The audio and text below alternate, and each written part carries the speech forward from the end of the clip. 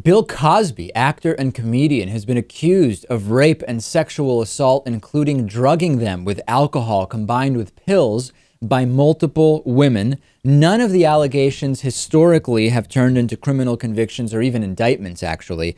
I'm actually kind of interested in this, and not because it's just someone in the entertainment business, but specifically because of who Bill Cosby is. We know that the Cosby Show, the program on which Bill Cosby was the star from 1984 to 1992, is a program that was a very, very interesting and important sitcom. The program is discussed quite a bit in communication and sociology and anthropology classes in schools, colleges, and universities.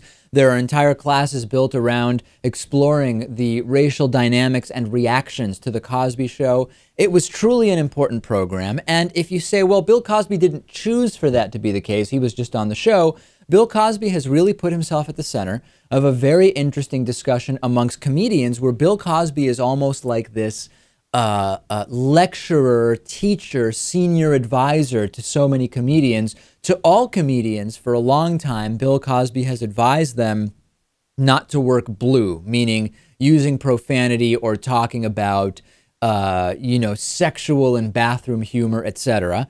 And specifically to African-American comedians, Bill Cosby has been known as the guy who sits them down and says, don't use the N-word in your comedy. We shouldn't be using the N-word.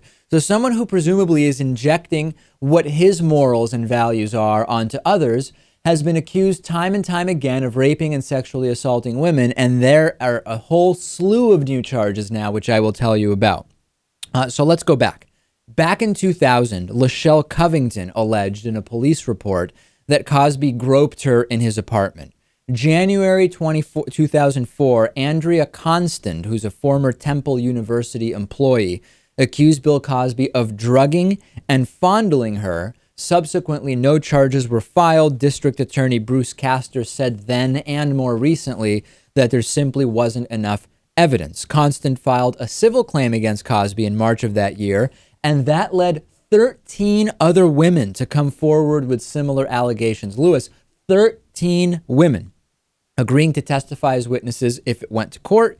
Cosby ended up settling out of court for an undisclosed amount of money in 2006. In February of 2005, Tamara Lucier Green came forward with allegations that Cosby assaulted and drugged her in 1969. Cosby's lawyers claimed that Bill Cosby never even met the woman.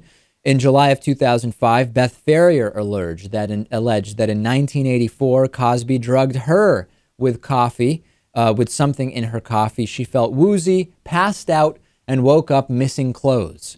And now we have Barbara Bowman, who last month repeated her accusations that Cosby drugged and assaulted her over a 2-year period, starting in 1985 when she was just 17 years old. And then just a few days ago, we saw an essay by journalist Joan Tarshis claiming that Cosby raped her in 1969 when she was 19. 2 days later, model Janice Dickinson, speaking with Entertainment Tonight, accused Cosby of raping her in 1982 with a pill and a glass of wine. And then just earlier yesterday, or today even, a fourth woman, Carla Ferrigno, the wife of Lou Ferrigno, came forward with an allegation of being raped by Bill Cosby. In an NPR interview, Bill Cosby chose not to even decline to comment verbally, merely shaking his head. Listen to this. This question gives me no pleasure, Mr. Cosby, but there have been serious allegations raised about you in recent days. You're shaking your head no.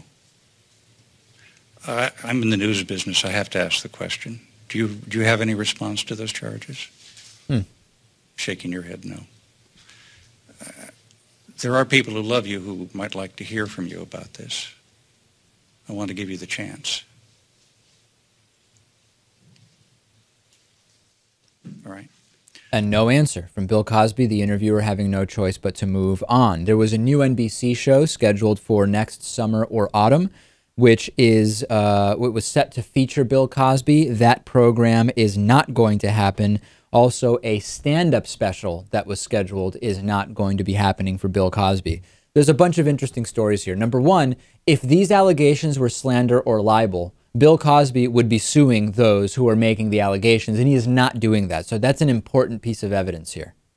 Also, we should mention that on one of these cases, he settled. There was a settlement. He did not fight it. Of course. And of course, legally speaking, the settlement probably, I don't know the details of that settlement. It did not involve him admitting to anything, but merely paying for the charges to the allegations to be dropped.